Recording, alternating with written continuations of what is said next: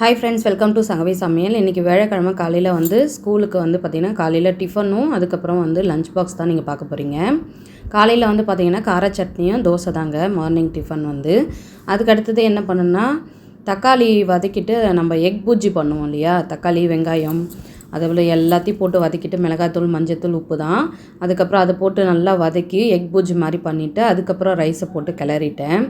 சிம்பிளாக இந்த மாதிரி லஞ்ச் பாக்ஸ்க்கு வந்து கொடுத்துடலாம். ஏன்னா பசங்களுக்கு வந்து குழம்பு ஊற்றி பிசைஞ்சு சாப்பிட அவ்வளோ வந்து தெரியாது. ஏன்னா எங்கள் பாப்பாவுக்கு அப்படி தான். பெரிய பாப்பாவுக்கு இன்றைக்கி ஏதோ ஃபெஸ்டிவல் சாப்பாடு அங்கேயே வந்து ப்ரொவைட் பண்ணுறாங்கன்றதுனால அவள் லஞ்ச் கொண்டு போகல.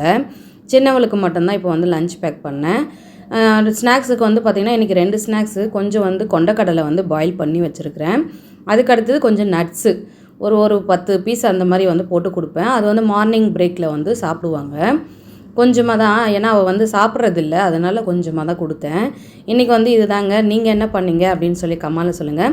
இந்த வீடியோ பிடிச்சிருந்தா லைக் பண்ணுங்கள், ஷேர் பண்ணுங்கள், கமெண்ட் பண்ணுங்கள். நம்ம சேனலுக்கும் சப்ஸ்கிரைப் பண்ணி சப்போர்ட் பண்ணுங்கள். Bye friends.